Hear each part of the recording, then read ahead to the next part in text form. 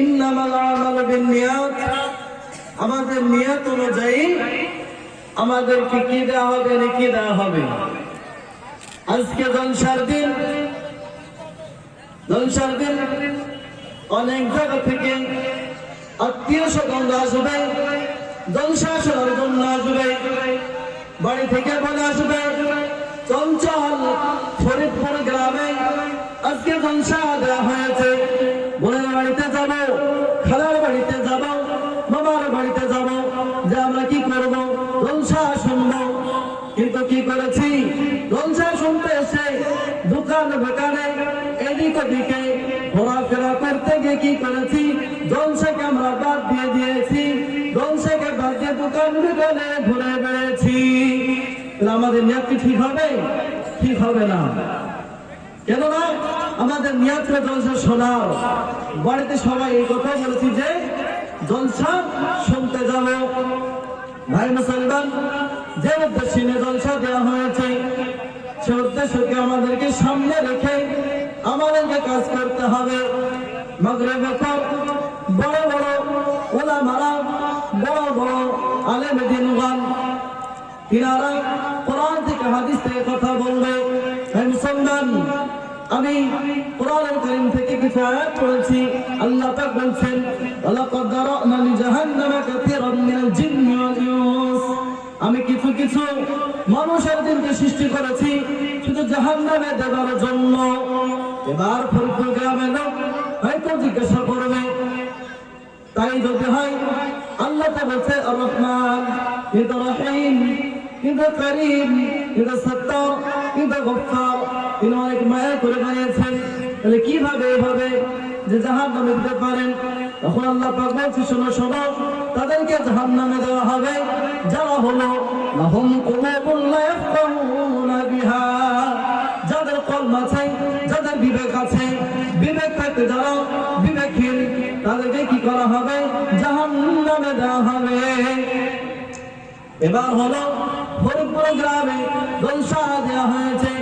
অনেকদিন আগে থেকে, 2 মাস আগে থেকে আয়োজন চলছে, মসজিদে নামাজের পয়লান করা হচ্ছে, যে জলসা হবে, কত উদ্যোগ নেওয়া হয়েছে। অনেক জনেই তো থাকে, কিন্তু সবাই কিন্তু গুরুত্ব দেয় না।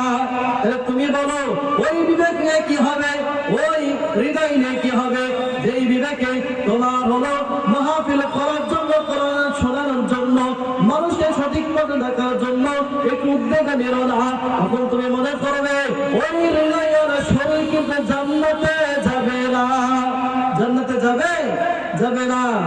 তো ওই হৃদয়টা জান্নাতের দিকে ভাবিত হবে না, যে হৃদয়টা তোমাদেরকে ভাবাই না যে কি করতে হবে।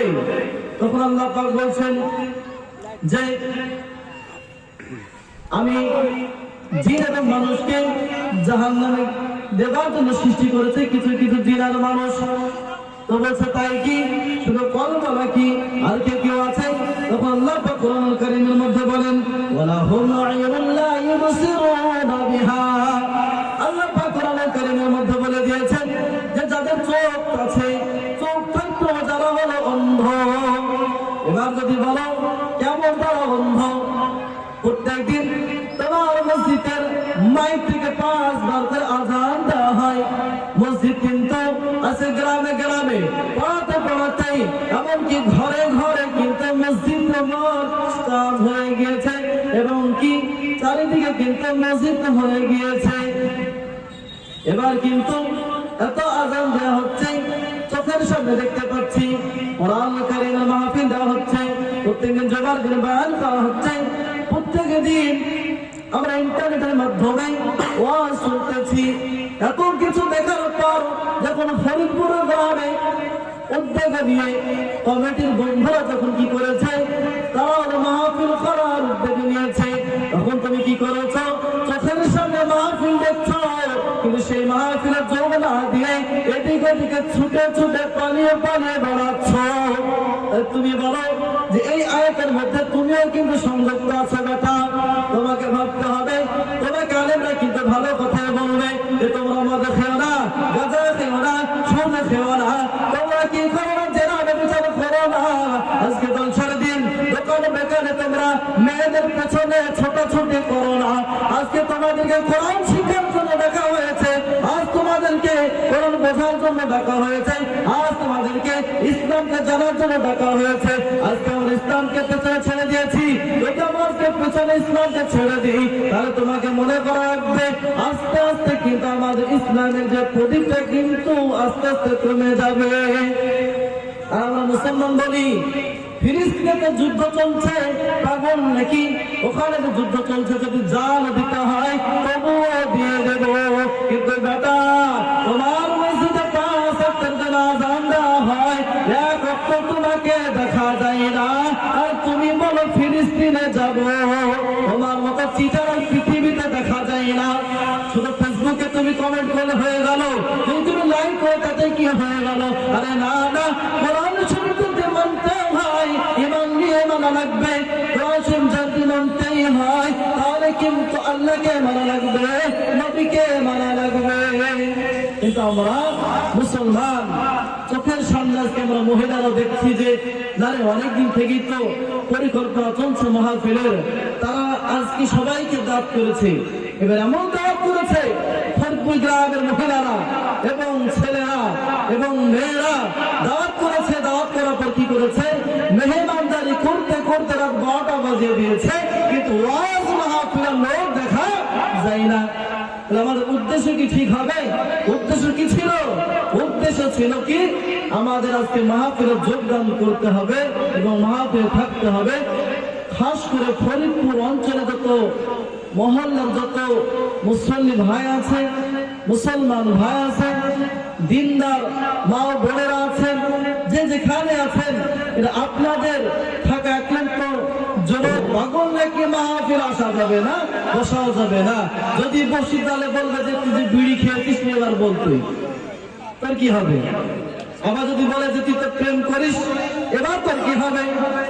আরে ভাই শোনো শোনো, আল্লাহ পাক নবী সাল্লাল্লাহু আলাইহি সাল্লামকে হযরত আবু হুরায়রা রাদিয়াল্লাহু তাআলা আনহু জিজ্ঞাসা করলেন, ইয়া রাসূলুল্লাহ, ইয়া হাবিবাল্লাহ, নবী গো, আমি কিভাবে বুঝতে পারবো যে আমার মধ্যে ঈমান আছে?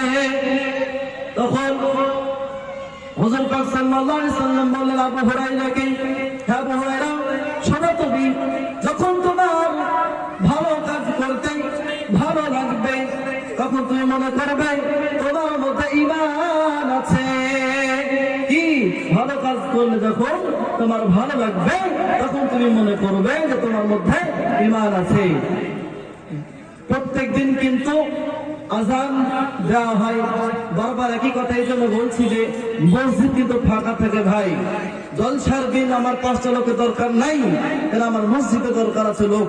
এই জন্য বারবার বলছি যে তোমরা সবচেয়ে বেশি হলো দুশ্মনী করছো মুসলমান হয়ে। কেননা আল্লাহ পাকের নবী সাল্লাল্লাহু আলাইহি ওয়াসাল্লামের জামানায় মুনাফিকরা কি করতো? আল্লাহ নবীর পেছনে তেনারা থাকতো, থাকার পর বাইরে গিয়ে আবু জাহেলের সাথে আবার যুক্তি করে বলতো ইসলামকে কিভাবে ধ্বংস করা যায়। মসজিদ বানাচ্ছে কিন্তু মসজিদ একদম দেখতে পাওয়া যায় না। এই জন্য আমরা বারবার বলছি যে মসজিদের কথা বলছি, যে মসজিদে বলা হয় কেন? মসজিদে কোরআন আর হাদিসের কথাই বলা হয়, অন্য কোনো বাইরের কথা বলা হয় না। জলসাতে হাদিসের কোরআনের কথাই বলা হয়। আপনার গ্রামে যখন হলো কোনো আলেমরা মিলাদ করে তখন কিন্তু কোরআন হাদিসের কথাই বলে। যখন হলো আপনার ইন্টারনেটের মাধ্যমে আমরা যখন বক্তব্য বয়ান শুনি তখন অবশ্যই কিন্তু আমরা এটাই স্মরণ করবো কোরআন হাদিস কিছু আমরা শিখবো। তো আজকে দেখেন সুন্দর একটা ব্যবস্থাপন করেছে আমাদের সামনে ফরিদপুর গ্রামের ভাইয়েরা, এত সুন্দর ভাবে পরিচালনা করেছে, চলছে, এখনো ইনশাল্লাহ চলবে। এরপরে কিন্তু আমরা ভালো কাজে কিন্তু উদ্যোগ নিয়েছিলাম। আর যদি এখানে কোন নাচের জন্য কোন ডান্সার আসতো, কোন নায়ক নায়িকা যদি আসতো, আজকে মানুষের ভিড়ের অভাব ছিল না। 4টে থেকে কিন্তু লাইন দিত, খাস করে মুসলমানরা তারাই দিত। আমাদের ভাবলে বাড়াতে ওই জায়গাতে কি হয়? পুজো হয়, 12 মাসে 13টা পুজো করা হয়, তার মধ্যে একটা পুজো কালী পুজো।